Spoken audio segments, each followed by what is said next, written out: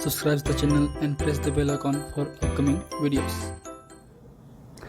Hello friends, welcome to my channel Pharmacology Concepts by Rajesh Chaudhary, and in this video I will discuss about the brain stroke and their pathophysiology.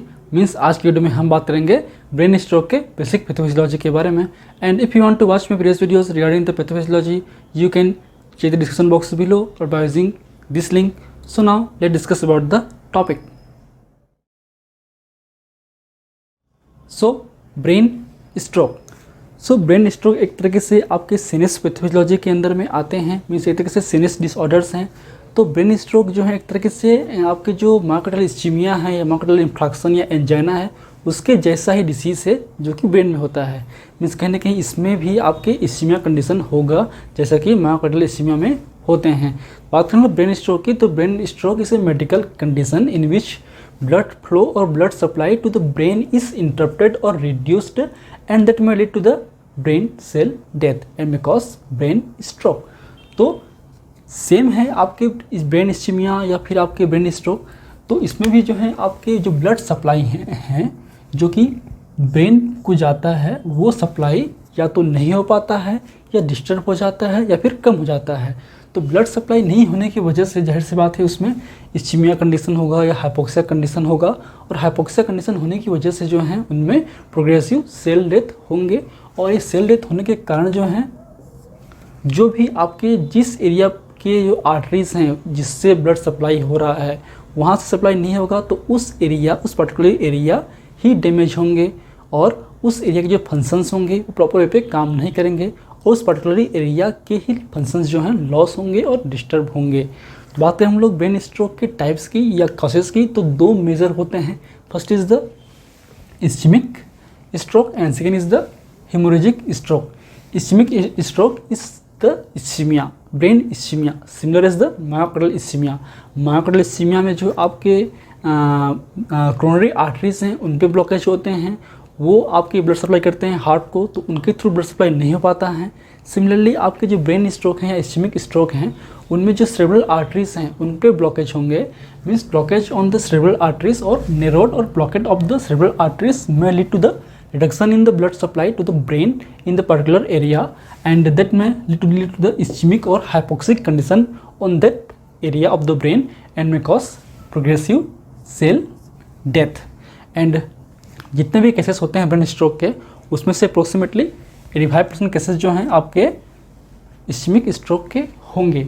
तो इसकी जो pathophysiology है वो एक तरीके से आपके हाइपोक्सिया या फिर इस्चीमिया इंड्यूस्ड सेल इंजरी के जैसा ही है. मीन्स इसमें भी आपके जो आर्टरीज हैं सेरेब्रल आर्टरीज हैं वो ब्लॉकेड होंगे. ब्लॉकेड होने की वजह से जो है ब्लड सप्लाई नहीं हो पाएगा. ब्लड सप्लाई नहीं होने के कारण जो है आपके इस्चीमिया होगा या फिर हाइपोक्सिया होगा.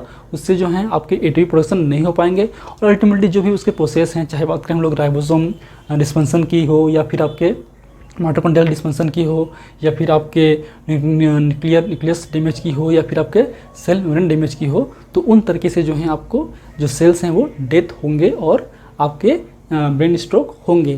जैसा कि हम जानते हैं कि हमारे बॉडी में जो खासकर हार्ट है और आपके ब्रेन है उनको कंटिन्यूसली ब्लड चाहिए ही, कंटिन्यूसली ऑक्सीजन चाहिए ही आपके एटीपी प्रोडक्शन के लिए, क्योंकि उनकी जो सेल्स हैं वो प्रॉपरली वे पे बार नहीं बनते हैं.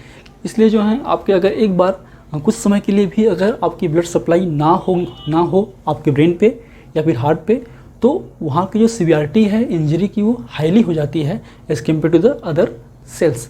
इसलिए इनकी रिक्वायरमेंट हाई होती है आपके ब्लड की या कंटिन्यूसली होती है. तो बात करें हम लोग इस्चेमिक स्ट्रोक की, तो वो दो तीन टाइप के हो सकते हैं. जो मेनली हैं वो हैं दो टाइप के. First is the thrombotic stroke and second is the embolic stroke and third is the systemic hypoperfusion and fourth is the cerebral venous thrombosis. So first is the thrombotic stroke, means formation of the thrombus in the cerebral arteries may lead to the ischemic stroke. बात करें हम लोग thrombotic stroke की, तो ultimately ये atherosclerosis ही है. Means आपके जो एथ्रोमा है या थ्रोम्बस हैं वो ही एक तरीके से आपके आर्टरीज पे जमा होते हैं. फ़र्क इतना है कि यहाँ की जो आर्टरीज है वो कौन सा होगी, आपके सेरेब्रल आर्टरीज होंगी. जो मायोकार्डियल आर्टरीज हैं जिसको हम बोलते हैं कोरोनरी आर्टरीज उसमें जमा होता है तो आपको कोरोनरी हार्ट डिसीज़ जैसे कि हम बोलते हैं आपके माइग्रेल इन्फ्लैक्शन या फिर एंजाइना, वो होती हैं। अगर आपके सेरेब्रल आर्टरीज पे ब्लॉकेट होंगे तो उसको बोलेंगे हम लोग ब्रेन स्ट्रोक।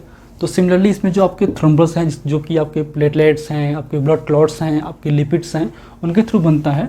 डिपॉजिट होने की वजह से जो है आपकी ब्लड फ्लो प्रॉपर वे पे नहीं हो पाते हैं या फिर कम होंगे, तो उससे जो है आपकी इस्कीमिया होंगी और आपको इस्कीमिक स्ट्रोक होगा। Second is the embolic stroke, means obstruction of due to the embolus formation from elsewhere, means in the heart. तो अगर आपके ब्रेन के आर्टरी पे ना हो के जो एम्बोलस फॉर्मेशन है आपके किसी और दूसरे आर्टरीज पे हों, ब्रेन को छोड़ के, जैसे कि बात करें हम लोग हार्ट की, क्योंकि हार्ट ही एक तरीके से मेन ऑर्गन है ब्लड सप्लाई के लिए। तो अगर हार्ट के जो आर्टरीज हैं जो कि ब्रेन को जाता है, मान लो जो मेजर आर्टरीज हैं वो है आपकी कैरोटिड आर्टरी, उन पे ब्लॉकेज हो जाए तो कहीं ना कहीं ब्रेन पे सप्लाई कम होगा, उससे भी आपको इस्कीमिक स्ट्रोक हो सकता है। Next is the systemic hypoperfusion, means shock, इसको बोलते हैं हम लोग शॉक। तो शॉक कंडीशन में अल्टीमेटली जो हार्ट है या तो प्रॉपर पे काम नहीं करता है या आपकी बॉडी के अंदर ब्लड अमाउंट कम है, तो अल्टीमेटली उससे जो है आपके सारे ऑर्गन्स पे जो है हाइपोपरफ्यूजन का केस होगा। तो यहाँ पे भी अगर आपके हार्ट प्रॉपर पे काम नहीं कर रहे हैं या आपके हार्ट फेलियर हो चुके हैं या अरिथमिया हो चुका है, तो उससे भी जो है आपके हार्ट से जो ब्लड सप्लाई है ब्रेन की ओर वो कम हो जाएगा, उससे आपको इस्कीमिक स्ट्रोक हो सकती है। इसके अलावा है कि आपका डी है आपका वीनस थ्रोम्बोसिस या सेरेब्रल वीनस थ्रोम्बोसिस। अगर आपके वीनस के अंदर में जो वेन्स हैं उसके अंदर में थ्रोम्बोसिस हो जाएगा तो अल्टीमेटली जो वीनस पूल है या फिर रिटर्निंग है आपके ब्लड का वो नहीं हो पाएगा, उससे इस्कीमिया होगा। उसके अलावा जो है वीनस प्रेशर बढ़ेगा और वो रप्चर भी हो सकते हैं और हेमोरेज कंडीशन भी हो सकता है आपके ब्रेन के अंदर में, उससे भी आपको स्ट्रोक हो सकता है। Next is the haemorrhagic stroke, means haemorrhage is the main criteria for the haemorrhagic stroke. इसमें अल्टीमेटली हेमोरेज होगा। Haemorrhage means rupture of the blood vessels. तो आपके जो ब्रेन के आर्टरीज हैं वहाँ पे अगर रप्चर होंगे, सपोज ये आपके ब्रेन के आर्टरीज हैं, कोई किसी एरिया पे किसी पार्ट पे जो ब्रेन के आर्टरीज हैं अगर वो रप्चर होंगे, जाहिर सी बात है जो ब्लड हैं वो लीक आउट होंगे। तो लीक आउट होने के कारण जो है हीमोटेमॉस बनेगा, उससे भी आपको हो सकती है आपकी टॉक्सिक एक्शन। उसके अलावा जो भी ब्लड हैं वो भी डायरेक्टली टॉक्सिक एक्शन प्रोड्यूस करके आपके सेल के लिए, या उसके अलावा जो है जो ब्लड फ्लो है वो भी कम हो जाएगा, उससे इस्कीमिया भी होगा। तो अल्टीमेटली इस तरीके से आपके जो टॉक्सिक ब्लड हैं या हीमोटेमॉस हैं या फिर इस्कीमिया हैं, इन 3 तरीके से आपको हेमोरेजिक स्ट्रोक हो सकता है, आपके ब्रेन के सेल्स डेथ हो सकते हैं। So this is the condition of systemic haemorrhagic stroke, जो कि आप इमेज में देख ही रहे हैं अलग अलग टाइप के स्ट्रोक। नेक्स्ट है आपका टाइप्स ऑफ हेमोरेजिक स्ट्रोक। तो ये आपके first is the intra cerebral haemorrhage, means आपके विद इन द ब्रेन के अंदर में सेरेब्रल हेमिस्फीयर के अंदर में जो आर्टरीज हैं वो अगर ब्लॉकेज रप्चर होंगे उससे हेमोरेज होगा, उसको हम बोलते हैं इंट्रा सेरेब्रल हेमोरेज। और एक है आपका सब एरेक्नॉइड हेमोरेज, जो कि आपके स्पेस है आपके स्कल और ब्रेन के बीच में जो आर्टरीज हैं अगर वो रप्चर होंगे तो उनको हम बोलेंगे सब एरेक्नॉइड हेमोरेज, जैसा कि आप इमेज में देख सकते हैं। Next is the transient ischaemic attack, that is a TIA, और it is also known as mini stroke और साइलेंट स्ट्रोक। तो ये एक तरीके से टेम्पररी स्ट्रोक या एक्यूट स्ट्रोक कंडीशन है, मीन्स टेम्पररी और partially blockage of the brain arteries may lead to the TIA और mini stroke and that have no any outward symptoms। तो इनमें जो सिम्टम्स हैं प्रॉपर वे पे नहीं होते हैं क्योंकि ये एक्यूट कंडीशन पे होते हैं, टेम्पररी होते हैं। ये ब्लॉकेज जो है जल्दी खुल जाते हैं या फिर जल्दी डिजोल्व हो जाते हैं, या पार्सली बहुत ही पार्सली ब्लॉकेज होंगे, जैसे कि इसमें हम बहुत लगभग कम्प्लीटली ब्लॉकेज होंगे, लेकिन इस कंडीशन में जो है आपके बहुत ही माइनर वे पे ब्लॉकेज होंगे जो कि ईजिली डिजोल्व हो जाते हैं टाइम टू टाइम।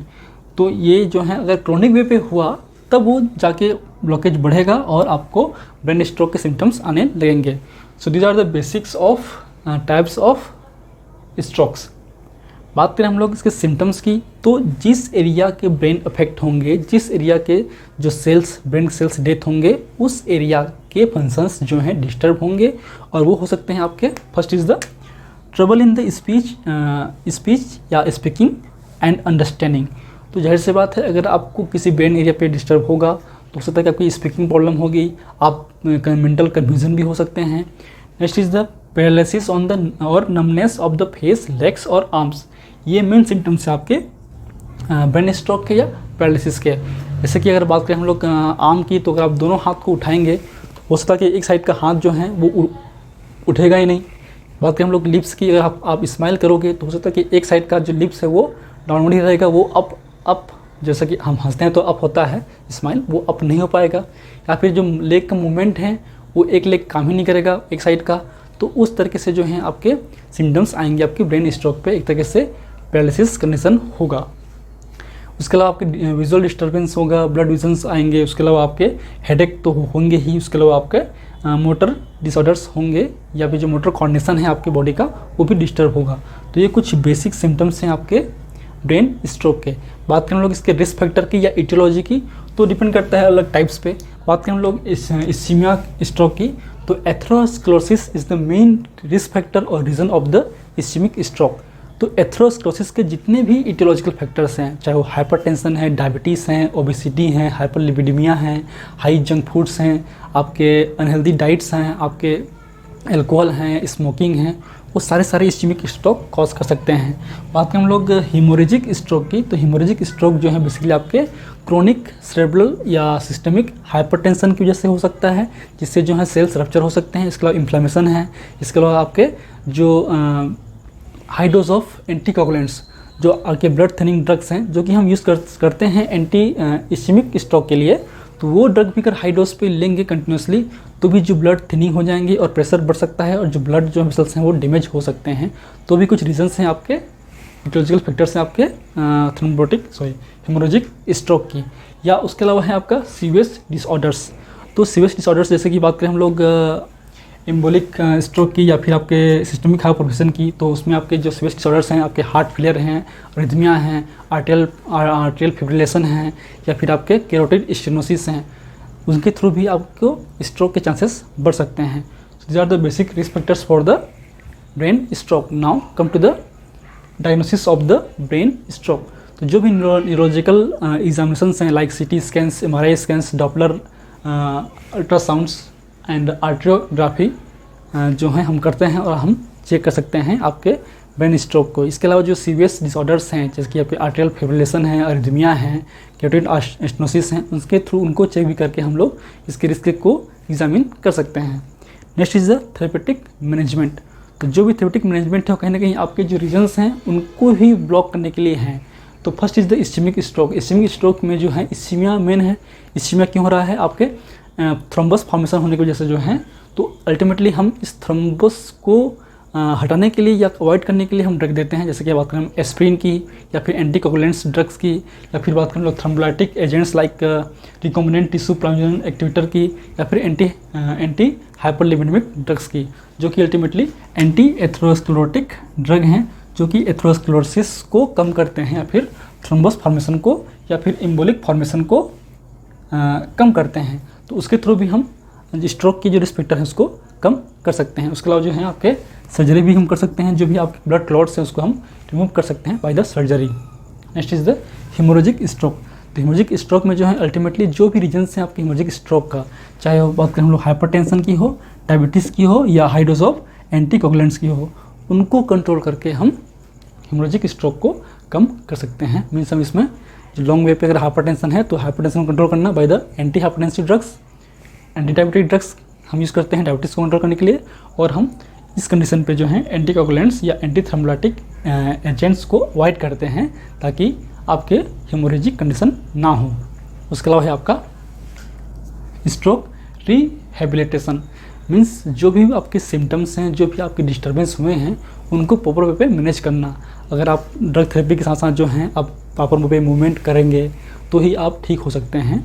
तो आपको मेंटल सपोर्ट की भी ज़रूरत पड़ेगी आपके ब्रेन स्ट्रोक के से रिकवर होने के लिए, तो भी हम करते हैं। उसके अलावा आपका self management means healthy exercise, healthy diet, avoiding the alcohol consumption and the smoking.